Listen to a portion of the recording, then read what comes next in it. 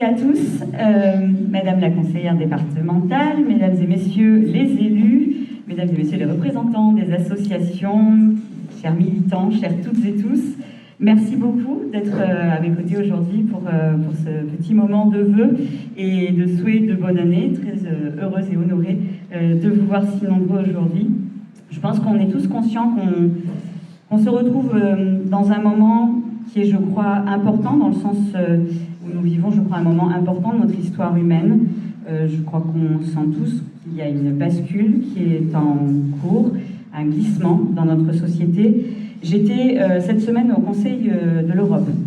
Je siège à l'Assemblée parlementaire du Conseil de l'Europe. Juste pour rappel, ça n'a rien à voir avec les institutions européennes. C'est une organisation internationale de 46 pays qui travaille sur la Convention européenne des droits de l'homme et son application, bref, qui traite de la question des droits humains à travers des résolutions, des textes, etc. Et donc justement, moi j'ai travaillé et j'intervenais sur des textes qui traitaient de la liberté d'expression, de la liberté des médias. Et c'était frappant de voir à quel point, en fait, nous vivons un recul de nos droits fondamentaux, de nos libertés fondamentales, et qu'en réalité, il n'y a à peu près aucun pays qui y échappe. Lors de mes échanges avec du coup, des collègues de tout pays, c'était le même constat. Partout, c'est la hausse des conflits, la hausse de l'autoritarisme, de la haine, la montée de l'extrême droite. J'étais aussi le mois dernier à la Commission de Venise, alors je vous rassure tout de suite, moi non plus je ne savais pas du tout ce que c'était, pour dire vite, c'est un organe consultatif du Conseil de l'Europe justement, en fait qui fait du droit constitutionnel comparé. C'est plein de juristes de tout pays qui comparent justement les constitutions, l'application justement des droits humains et les pratiques démocratiques dans les pays.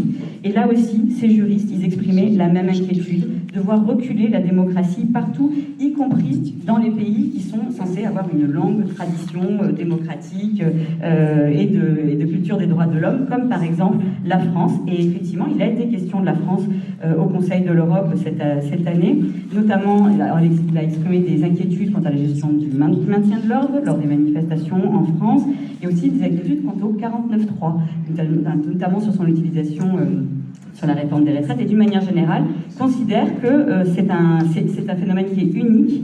Bonjour, monsieur le conseiller départemental.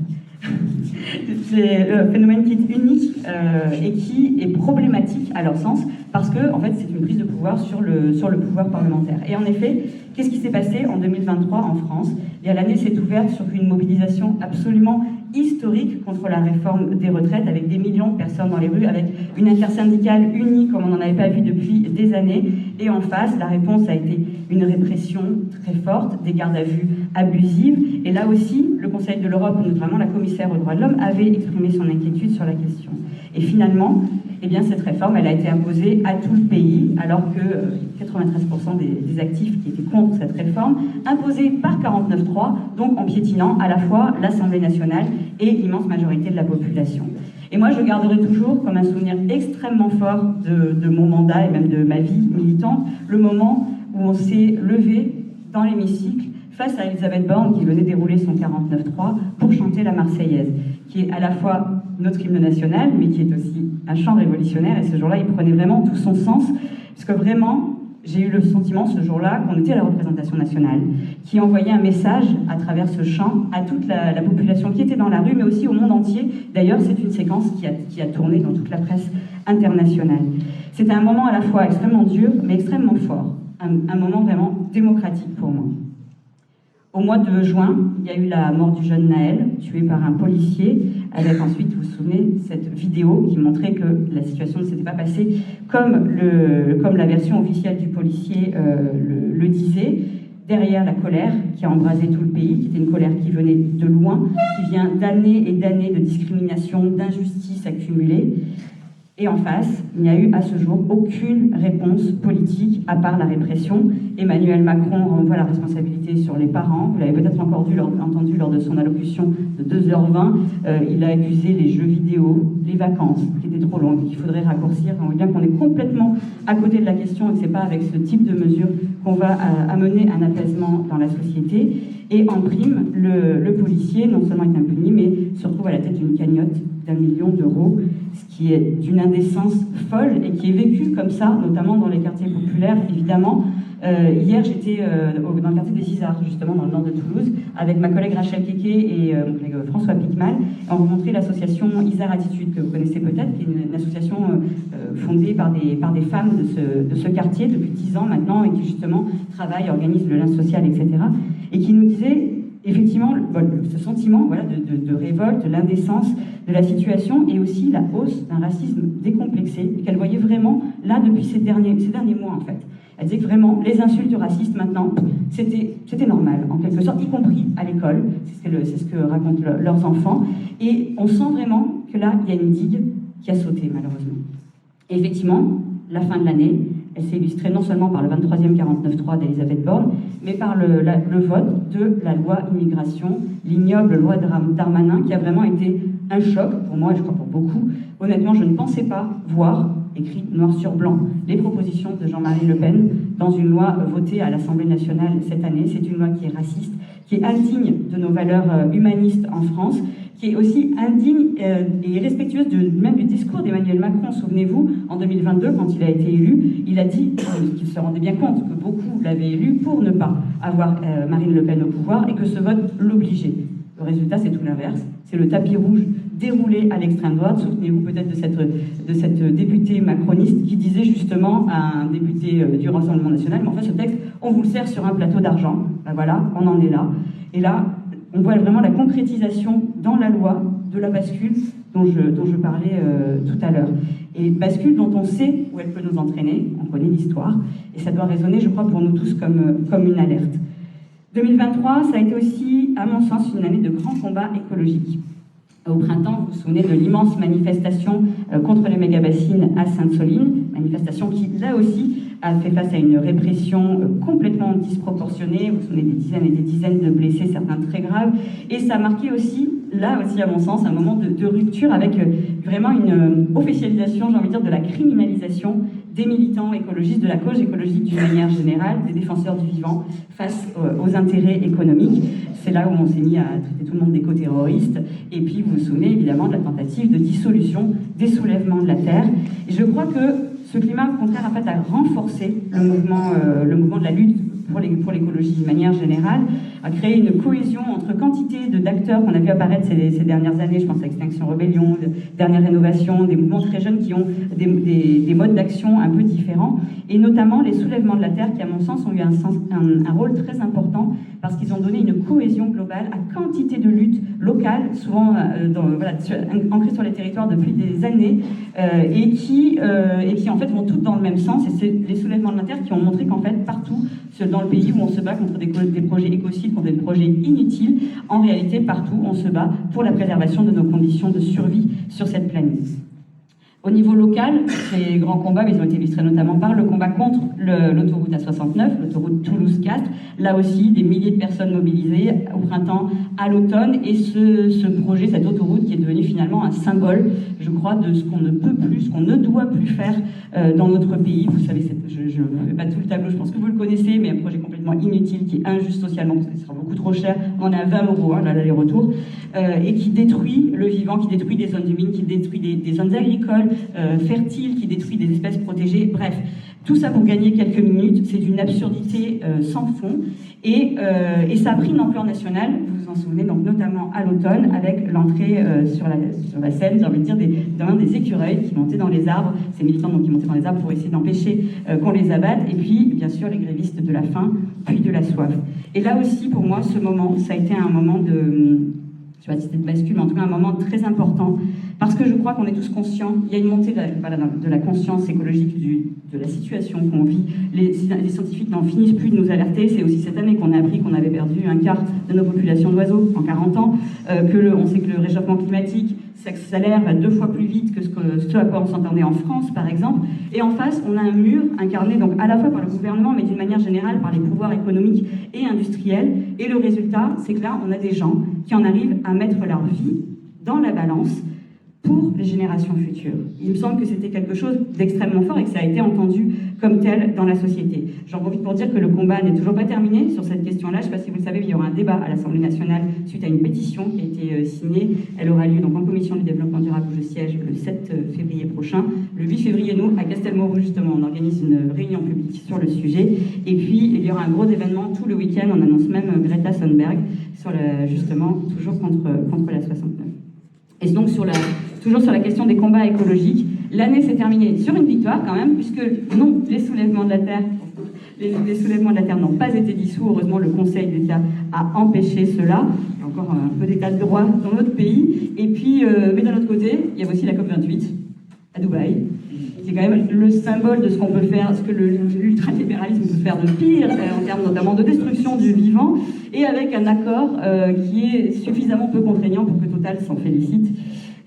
Donc là, on voit bien que la bataille va encore être rude et qu'elle est loin d'être gagnée. Tout ça sur un fond d'inflation galopante et d'inégalités toujours plus grandes. Vous avez peut-être vu le dernier rapport Oxfam qui nous dit que depuis 2020, mesuré, depuis 2020, les 5 hommes les plus riches du monde ont doublé leur fortune.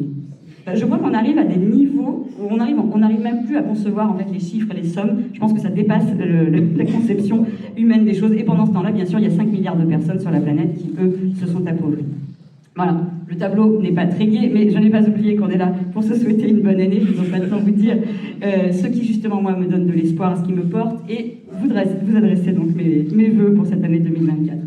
Déjà, j'ai parlé uniquement de la France, mais sur la scène internationale, hier, vous avez sans doute entendu qu'il y a eu une décision extrêmement importante qui a été prise par la Cour internationale de justice. Vous savez que c'est la plus haute juridiction internationale. Et donc, elle a reconnu qu'il y avait effectivement un risque de génocide avéré en Palestine et elle engage la responsabilité du gouvernement de Netanyahou pour arrêter ces violences. Donc moi, je fais le vœu, ces massacres, ces bombardements, je fais le vœu que le concert des voix des nations s'unisse pour exiger le cessez-le-feu. Je fais le vœu que la France, qui est actuellement présidente du Conseil de sécurité de l'ONU jusqu'au 31 janvier, exige le cessez-le-feu de la part d'Israël, que les bombes cessent de pleuvoir, que la population de Gaza soit secourue. Vous savez qu'elle souffre non seulement de bombardements, mais de la faim, de maladies. C'est une catastrophe. Et tout ça pour qu'on puisse aussi avoir le retour des otages et surtout une solution diplomatique de long terme pour une paix durable. Autre source d'espoir pour moi, les victoires qu'on a quand même obtenues, car si, il y en a. Par exemple, dans notre niche parlementaire en novembre, nous avons obtenu le retour des accueils physiques dans les services publics.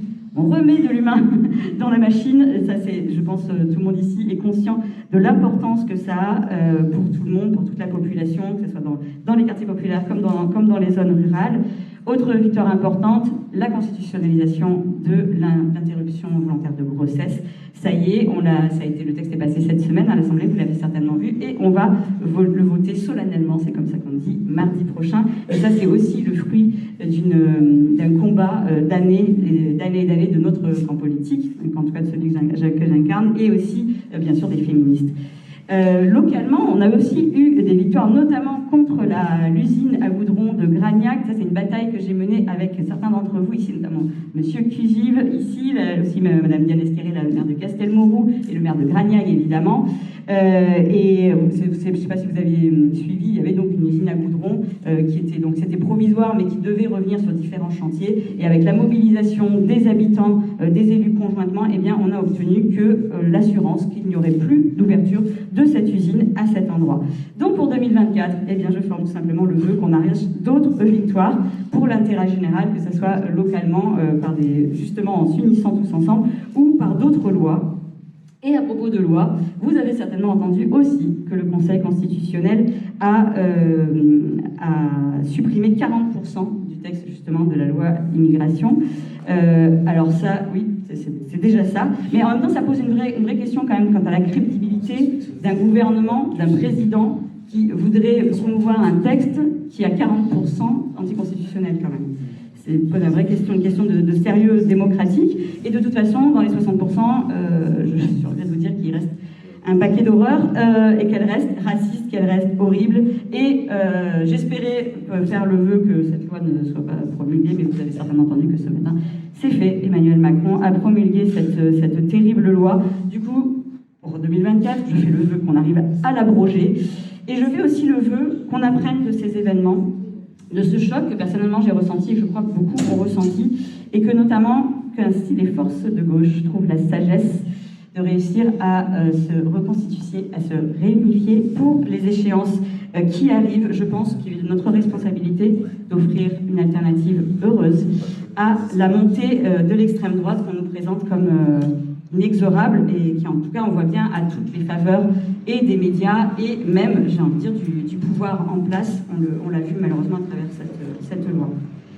On se retrouve aussi au moment où on connaît un mouvement de colère des agriculteurs sans précédent qui se mobilisent pour pouvoir tout simplement vivre de leur travail, parce que vous savez qu'ils sont complètement étouffés, notamment par la concurrence déloyale due aux accords de libre-échange.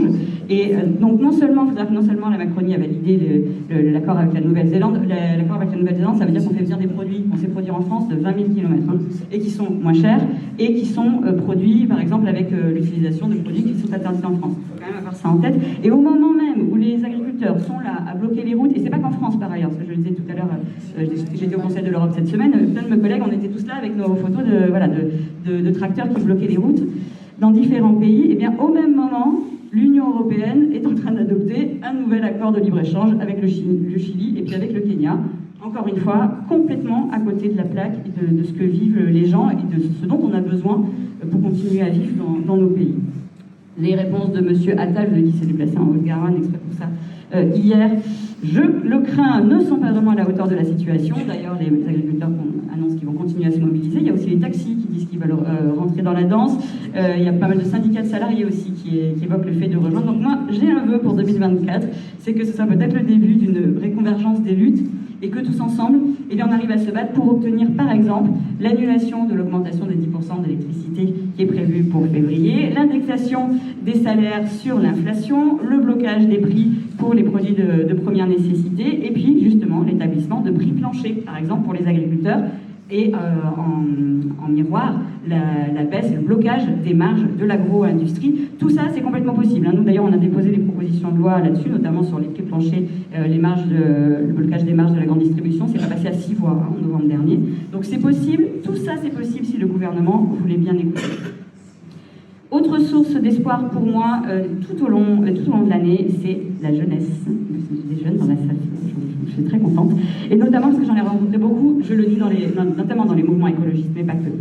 J'ai rencontré beaucoup de jeunes femmes d'ailleurs, brillantes, les écureuils que je mentionnais tout à l'heure et qui nous ont rappelé un peu de regarder les arbres en fait. Voilà, qui sont là pour certains depuis des centenaires avant nous. Et je fais le vœu, et je suis désolée si certains trouvent ça mièvre, tant pis, j'assume. Je fais le vœu que tous ensemble, on retrouve un peu le sens du merveilleux, enfin de l'émerveillement en fait, face au vivant. Moi, je sais pas, quand j'étais petite, j'étais fascinée par les cours de sciences et vie de la Terre. C'est-à-dire qu'on est tous, je sais pas, on est tous des assemblements d'atomes, et puis ça fonctionne, et puis on est vivant, puis on est capable d'engendrer la vie. Les écosystèmes, c'est complètement fabuleux de voir ce qui se passe entre les arbres, entre les espèces, etc. Et j'ai l'impression qu'on a complètement déconnecté de tout ça. Et je me souviens aussi d'un moment, vous savez, pendant le confinement, pendant le Covid, ce moment où on voyait les vidéos circuler avec les animaux qui revenaient dans les villes, qui revenaient sur les côtes. Moi, j'ai vraiment vécu ça comme un moment, encore d'émerveillement, à me dire, mais en fait, ils sont là. On prend toute la place, mais en fait, quand on les laisse, ils sont toujours là.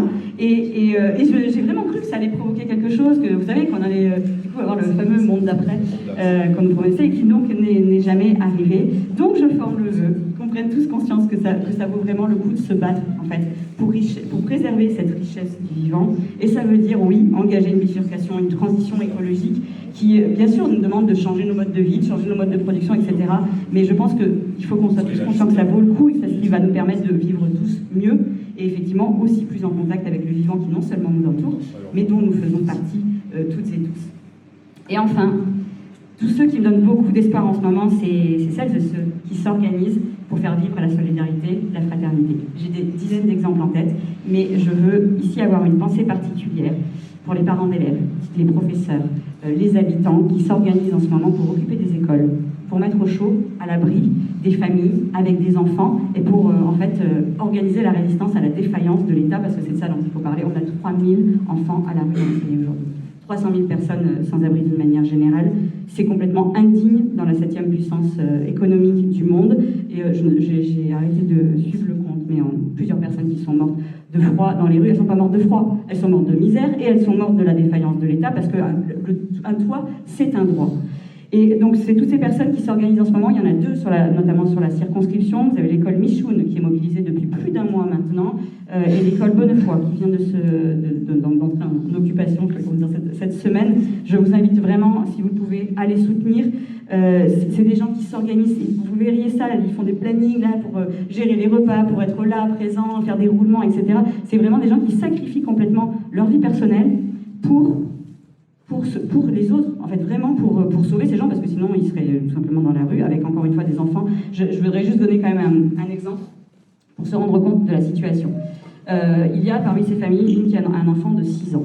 Et s'il n'y a pas de solution actuellement pour cette famille, c'est parce qu'il y a une telle pénurie d'hébergement qu'en fait le 115 est obligé de gérer par priorité.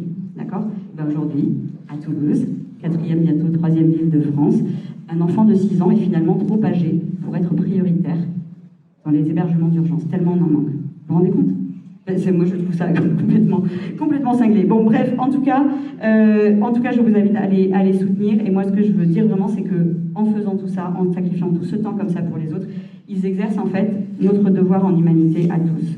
Et de diverses façons, je sais que c'est aussi ce que chacune et chacun ici fait tous les jours, que ce soit à travers vos engagements d'élus, vos engagements syndicaux, vos engagements dans les associations, vos engagements militants, tout ce que vous faites en tant que citoyen engagé, ce que je sais que vous l'êtes tous ici.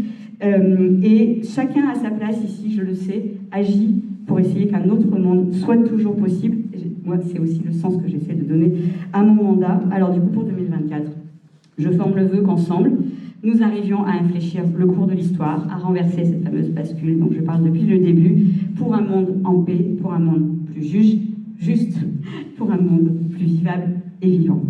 Je termine en citant Victor Hugo. « Étouffez toutes les haines, éloignez tous les ressentiments, soyez unis, vous serez invincibles. C'est par la fraternité qu'on sauve la liberté. » Je vous souhaite à toutes et tous une excellente année 2024. Bravo.